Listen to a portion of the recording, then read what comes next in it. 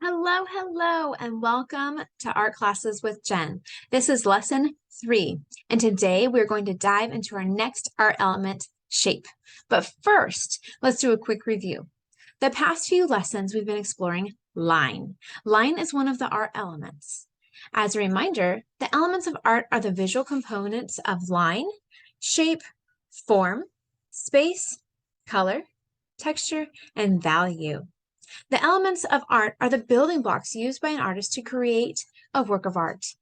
Now, to add to your art vocabulary, I'm going to give you another word you can use when you're talking about your work of art, and that is composition. Now, composition is a work of music, literature, or art. After class today, if you choose to share your artwork with others, you can ask them what they think of the art elements you used in your composition and see what they say. Today is going to be all about learning about shape. Now, what is shape?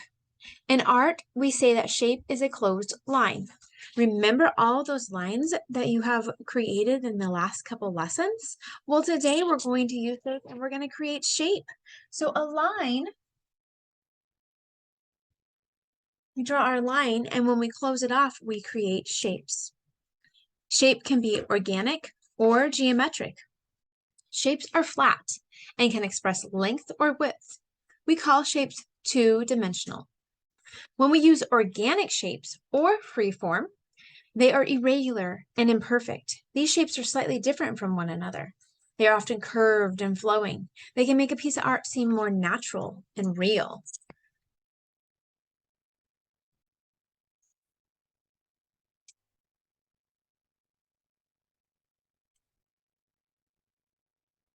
When we use geometric shapes, we are using shapes that are mathematical.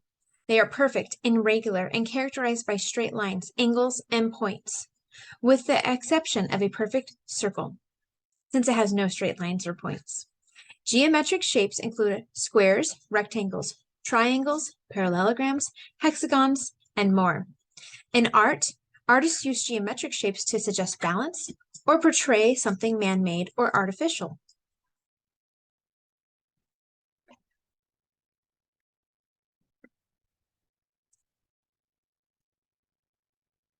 So remember, our geometric shapes are our mathematical shapes.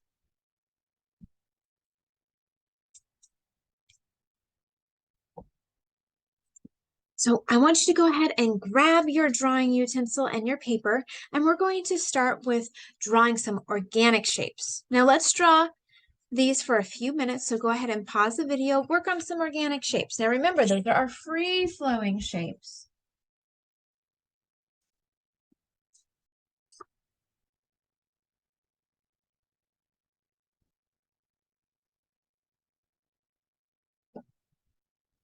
All right, now that you've practiced some of your organic shapes, now try some of your geometric shapes. So remember, our geometric shapes are our squares, our rectangles, our triangles, our parallelograms, hexagons, and more. Try drawing a few of these. So go ahead and pause your video and spend a couple minutes doing that. When we want to create a composition, we might look at what we are drawing or painting and start with basic shapes, or we might choose to combine different shapes to create our work of art. Today, we're going to work with different shapes to create works of art. To start, we will be focusing on geometric shapes. So I'm going to go ahead and show you a piece by an artist named Wassily Kandinsky. And we will be learning more about Kandinsky later on. So as we go through it, just a reminder, our geometric shapes. Now here is Wassily Kandinsky's work. We will learn about Kandinsky and when we discuss color, but he's really great to explore his artwork while we're looking at shapes as well. What do you notice in this piece? What shapes do you see? In this piece of art, we see how one shape can contain another shape. How do you think the composition would change if Kandinsky used different geometric shapes besides circles? And there are a few squares in there too. We're going to start with our black marker and a piece of paper. And I want you to go ahead and choose which shapes you want to work with. Now, if we can go ahead and focus on our geometric shapes right now, that would be great. What I want you to do is I want you to place shapes inside shapes inside shapes.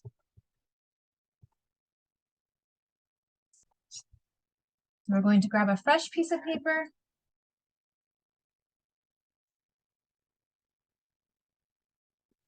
We're going to go ahead and we're going to create artwork where we put a shape inside a shape inside a shape. Remember, we're mostly focusing on geometric shapes at the moment. So go ahead and pause the video and work on a few compositions using your geometric shapes, focusing on shapes inside shapes inside shapes. Now, I want you to go ahead and grab your coloring utensils. You might choose crayons, markers, or colored pencils for today. And we're going to go ahead and work for about 5 minutes. So go ahead and pause the video, and I want you to start adding color. Fill in the different shapes using different colors at each one. And let's take a look on how that looks. All right, now let's take a look at how our shapes inside our shapes look when we add color. How the different layers might pop forward, how we might notice how they come together. Now we're going to create a different composition using shapes again. So I want you to go ahead and get a fresh piece of paper. And this time, let's go ahead and focus on our geometric shapes again. But we're going to be overlapping our shapes. So we are going to draw our shapes, and then we're going to overlap. We're going to draw another one and overlap again. And then we're going to focus on these areas in here where they overlap, and we're going to use our different colors and we're going to color in the areas where they overlap. So go ahead and take some time, and I want you to color those in. Now let's take a look at what our composition looks like when we overlap those. Let's grab our piece of paper from when we did our shapes inside shapes. Let's look at these side by side. What do you like better? Is there a composition that stands out more to you? Both of these artworks that you have created are using geometric shapes. They might be using similar shapes, but we're using them in totally different ways, which helps us to create different types of artwork. Now, for the next part of class, we're going to explore some organic shapes. So do you remember what organic shapes are? Organic shapes or free-form shapes, they are irregular and imperfect. These shapes are slightly different from one another. They're often curved and flowing. They can make a piece of art seem more natural and real. So we're going to take a look at an artwork by Yayoi Kusama, where we're going to see how she uses organic shape. So we have an organic shape, which is our pumpkin. And she's actually using some triangular shapes in the background. And she's using polka dots or circles as part of her work as well. It's interesting to see how she's combining these two together. We're going to watch a video about Yayoi and learn a little bit about her. Today, we're going to talk and learn about the artist Yayoi Kusama. Kusama was born March 22, 1929 in Matsumoto, Japan. She is a Japanese artist who has described herself as an obsessional artist. She is known for her extensive use of polka dots and for her infinity installations. She creates paintings, sculptures, and does performance art. She also does installations in a variety of styles, including pop art and minimalism. Kusama has said that she began painting as a child at about the time she began experiencing hallucinations that often involved fields of dots. Those hallucinations of dots continued to influence her art throughout her career. She had little training and only studied art for a brief time. Her desire to become an artist drove her to move in 1957 to the United States, where she settled in New York City. Her early work in New York City included what she called infinity paintings.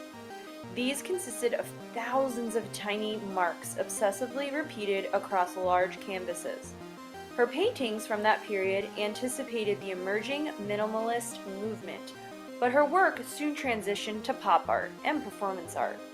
She began a central figure in the New York avant-garde, and her work was exhibited alongside artists such as Oldenburg and Andy Warhol. Yayoi Kusama has many artworks all over the United States and world today.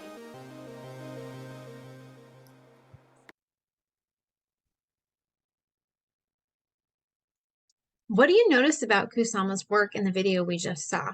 Can you imagine being in a room surrounded by geometric and organic shapes? The video mentioned that Yayoi Kusama does a lot of installation art. So what is installation art? Installation art is artwork that is created in certain space for that space only. If the space changes, the artwork will change. Installation art is unique to the space that is created in. We'll talk more about installation art later on, but I wanted to share with you what it meant when someone says they are an installation artist or that they have an art installation on display. Now, not all of Kusama's artwork is installation art, but most of it does use shape. Our last project today is to create a work inspired by Kusama's work using organic and geometric shapes combined. For this artwork, I would like to encourage you to go ahead and use collage.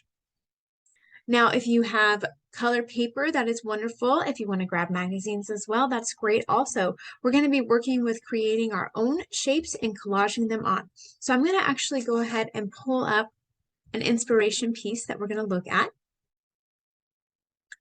So we can think about how we want to make our composition today.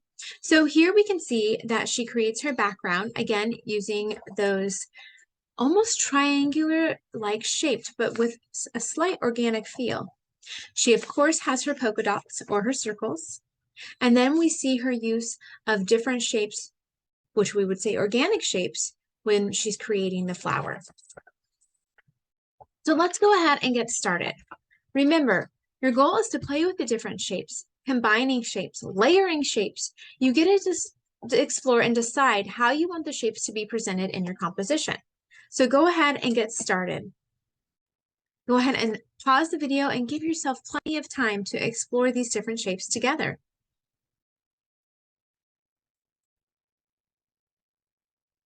Now that you have created your collage work, how does your collage work compare to your drawn artwork that we made earlier in class?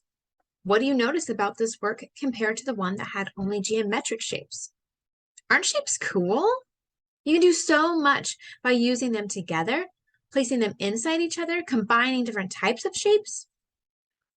Here, I started my collage and composition of my Yayoi-inspired work.